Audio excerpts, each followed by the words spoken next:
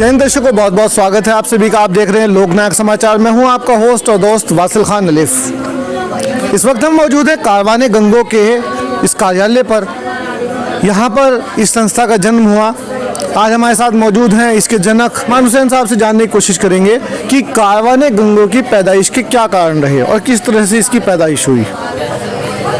शुक्रिया बहुत बहुत वासिल भाई। कारवाने गंगो दरअसल ये जो है एक मुस्तकिल एक सोच का नाम है जो यहाँ हमारे यहाँ ख़ानदानी एतबार से पहले से ही चली आ रही थी। मतलब कस्बे में जो है किसी से भी जो है वो ऊंच नीच का कोई मामला नहीं, कोई धर्म का या किसी का कोई इस तरह के भाई कोई इससे अलहदा नहीं। सब एक इंसानियत के तौर पे जो है एक इंसानियत के तौर पे जो है काम कर रहे थे। तो उसी के जहन में ये था कि भाई यहाँ हमारे यहाँ कोई ऐसा नाम होना चाहिए संस्था का जिससे हर मज़हब, हर ज़ात, हर बिरादरी जो है वो एक साथ जुड़ी नज़र आवे। उससे ये ना हो कि भाई कोई धर्म का मसला अलग हो या कोई ज़ात का मसला अलग हो।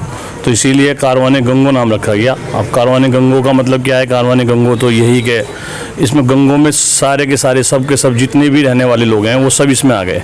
तो उन्हीं के लिए कारवाने गंगो। तो गंगो मतलब पूरा जितने भी गंगों में रहने वाले लोग हैं वो सब जो हैं उन्हीं को जो है सामने रखे, उन्हीं की खिदमत की जाएगी। अब उसमें भेदभाव को कोई मसला ना हो, इसीलिए नाम ही बुनियादी तौर पर ऐसा रखा गया कि जिससे ये जाहिर है कि कारवाने गंगो पूरी गंगों का है।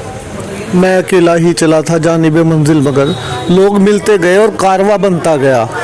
बहुत इस चीज़ के लिए आप बधाई के पात्र हैं। इतनी अच्छी आपने संस्था बनाई और जो मुस्तहिक लोग हैं, ज़रूरतमंद लोग हैं, उन तक आप लोगों तक ज़रूरत का सामान पहुंचाने का काम कर रहे हैं, उनके काम आने का काम कर रहे हैं। तो आपने कौन सी फील्ड टारगेट की है, किस क्षेत्रों में आप काम कर रहे हैं?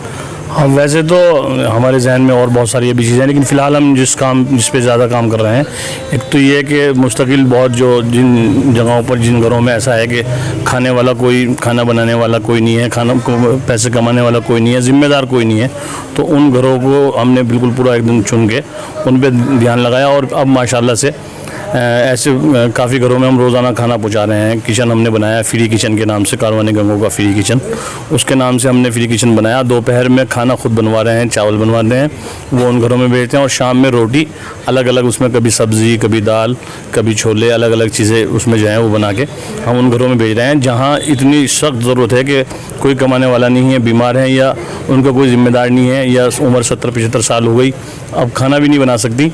तो ऐसे घरों में हमने उनको कस्बे में घरों को देखा और उन घरों में माशाल्लाह वो जी उन तक खाना पहुँचा रहे। एक तो ये, दूसरे अभी पिछले महीने से हमने जो है वो शिक्षा के उसमें काम शुरू किया था। माशाल्लाह अब उसमें जो है 2 घंटे हमारे यहाँ पढ़ाई हो रही है बच्चियों के लिए। तो जो बच्चियाँ स्कूल में जाती हैं उन बच्चियों को यहाँ ट्यूशन दिया जा रहा है 3:30 से 4:30 और 4:30 से 5:30। 2 उसमें जो है वो चला रखी हैं, वो फ्री हैं बिल्कुल, और उसमें माशाल्लाह बच्ची आ रही हैं। लगभग कितने बच्चे आ रहे हैं? हाँ, तकरीबन उसमें 45 के करीब जो हैं वो बच्ची हो गई हैं। अब लेकिन फ़िलहाल थोड़ी उसमें कम हो रही हैं क्योंकि एग्ज़ाम वगैरह चल रहे हैं, लेकिन 45 बच्चियाँ हमारे यहाँ माशाल्लाह आ चुकी हैं। 1.5 महीना के करीब माशाल्लाह उसे चलते हुए हो गया है। और एक जो मुस्तकिल हमारा 1-1.5 साल से चल ही रहा है वो शादियों का, जो ऐसी गरीब बच्ची हैं जिनके कोई ज़िम्मेदार नहीं है, तो उनकी शादियों का आप लोग सब देखते भी होंगे फेसबुक वगैरह पे। हम इस पे मेहनत कर रहे हैं। माशाल्लाह से 50 के करीब जो हैं 45 के करीब शादी हो गई है, 45-46, और इंशाल्लाह बहुत जल्द कारवाने का वो 50 पूरी कर लेगा इंशाल्लाह अगले महीने तक। तो उसमें हमने पूरा एक तरतीब बना रखी है कि उसमें शादी में सामान जैसे भी ज़रूरत होती है, जितनी भी ज़रूरत होती है कि भाई इतनी इनको ज़रूरत है, तो वो हम कर रहे हैं। अच्छा, इसके लिए क्या प्रोसीजर है? बहुत लोग मुझसे भी पूछते हैं, हमारे दर्शकों के माध्यम से आप बता सकते हैं अगर किसी को अपनी शादी में किसी सामान की ज़रूरत हो तो वो आपसे किस तरह से रब्ता करे? हाँ, पहले असल में तरतीब हमने ये बना रखी है कि 4 महीने का हमने टाइम नहीं रखा है कि कोई भी अगर किसी के यहाँ शादी है तो वो 3 महीने पहले या 4 महीने पहले हमें बताए, वो हमें तारीख लिखाए, फिर वो आधार कार्ड वगैरह साथी ले लेते हैं, पता ले लेते हैं, फिर हमारे साथी वहाँ जाके उनका पता करते हैं, फिर 1-2 लोग जो वहाँ के ज़िम्मेदार हैं कि हाँ वाक़ईतन ये ज़रूरतमंद हैं, फिर वो उनकी तरतीब पूरी बनती है और फिर उसके बाद उनका देखा जाता है जायज़ा लेके भाई इनको कितनी ज़रूरत है, कितना इनका निज़ाम बन सकता है। ये सामने वाले जो हैं जहाँ जा रहे हैं वो उनको अगर पता है कि हाँ भाई चलो इस तरह के मसले हैं, कुछ कम में काम चल जाएगा, तो वहाँ कम सामान दे देंगे, कहीं ज़्यादा ज़रूरत है तो ज़्यादा सामान दे देंगे। लेकिन मतलब पूरी एक तरतीब बना के काम चल रहा है और माशाल्लाह से साथी भी बहुत मुतारिक हैं। इस तरीके से तरतीब बना रखी है, जैसे भी ज़रूरत होती है फिर उस तरह उसकी मदद की जाती है। अच्छा, ये इसके द्वारा आपने अब तक लगभग कितने लोगों को फ़ायदा पहुंचाया, कितने लोग लाभान्वित हुए हैं इसके, आप जो मुहिम है कारवाने गंगो इसके ज़रिए मतलब हर एतबार से। हर एतबार से कुल? तो उसमें तो माशाल्लाह से अभी हमने जैसे सर्दियों में, पिछली सर्दियों में हमने चलाया था, वो नेकी की दीवार के नाम से हमने काम शुरू किया था। उसमें माशाल्लाह से 2000 के करीब जो है लोगों ने जो है यहाँ से नेकी की दीवार से फ़ायदा उठाया था, क्योंकि हम उसको कपड़ों को रोज़ाना जो है वो गिन के भाई कितने कपड़े आए हैं फिर उन्हें रखते थे।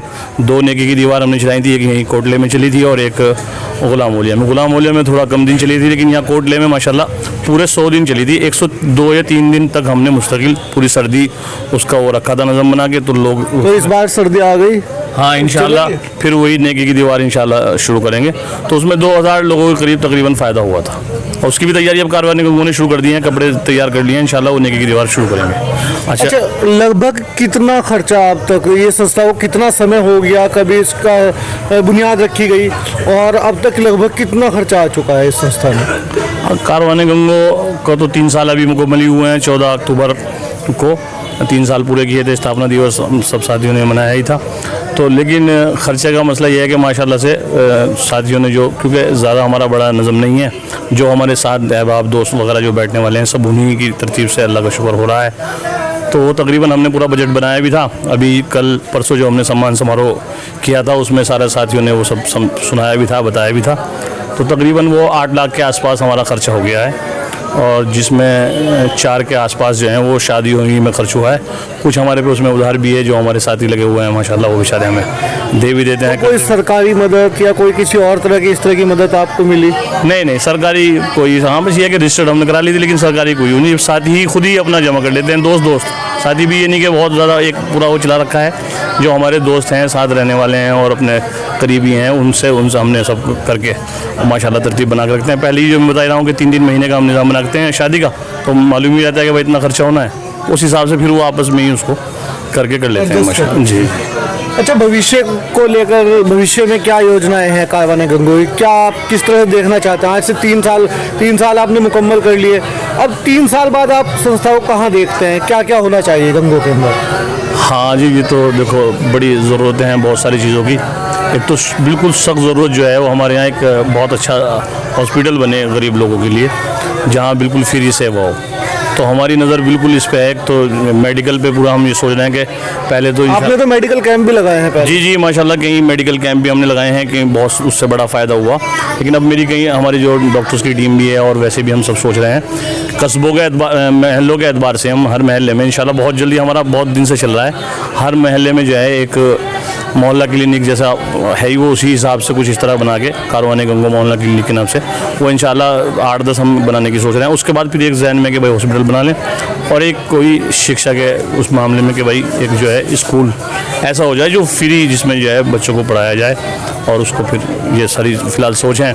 और उसकी शुरुआत हमने, मैं बताई रहा, अभी 1-1.5 महीने से कर भी दी। अभी सम्मान समारोह किया था स्थापना दिवस पर, तो उसमें कितने लोग आए थे और किस तरह से अचानक ये इरादा बना कि भाई सम्मान समारोह करना है? सम्मान तो आपका होना चाहिए, आप लोगों का कर रहे थे सम्मान। नहीं, वो सम्मान समारोह की तो असल में ज़रूरत इसलिए पड़ी क्योंकि 3 साल हो गए थे संस्था को, और हमने अब तक कोई इस तरह का कोई ये नहीं किया था कि जो साथी हमारे साथ लगे हुए हैं उनका हम कोई सम्मान करें। तो जहन में बहुत दिन से ये बात चल रही थी कि एक सम्मान समारोह रखा जाए साथियों का, जो साथी हमारे साथ लगे हुए हैं। तो कोशिश यही थी कि जिन साथियों ने हमारे साथ किसी भी तरह की यानी मदद की है, कोई हमारे साथ जान से लगा है, कोई माल से लगा है, कोई वक्त से लगा है, तो हमने ये पूरी कोशिश करके रखी कि जिन साथियों ने हमारे साथ जो है वो हमारी मदद की है, और हमारी मदद के साथ साथ दूसरों की मदद जो हुई है, और गरीब लोगों को जितना फ़ायदा हुआ है, बच्चों को जितना फ़ायदा हुआ है, उससे उनको जो है उनका सम्मान करना चाहिए। तो इसलिए हमने बुलाया चल रही, और जो संस्थाएं हैं उन संस्थाओं ने बहुत मरतबा कारवाने गंगो को अपने यहाँ अपने प्रोग्राम में बुलाया और उनकी जो है हौसले को बढ़ाया। तो जहन में ये था कि भाई वो लोग, उन्होंने हमारी पूरे हौसले को रखा है। तो यही एक तरतीब होती है कि जो आपको इज़्ज़त दे रहा है आप उसे इज़्ज़त दें। तो वो उन संस्थाओं को बुलाया गया, और जो हमारे पत्रकार हैं ये हमारे सहायक हैं लोगों तक बात पहुंचाने के, कि जो हम बात अपना काम कर रहे हैं वो हमारा काम लोगों तक पहुंचाएं। तो उनकी मदद मुस्तकिल पत्रकारों की हमें मिलती रहती है, तो उनका सम्मान भी ज़रूरी है, क्योंकि यही एक रास्ता है लोगों तक पहुंचने का, लोगों तक जाने का।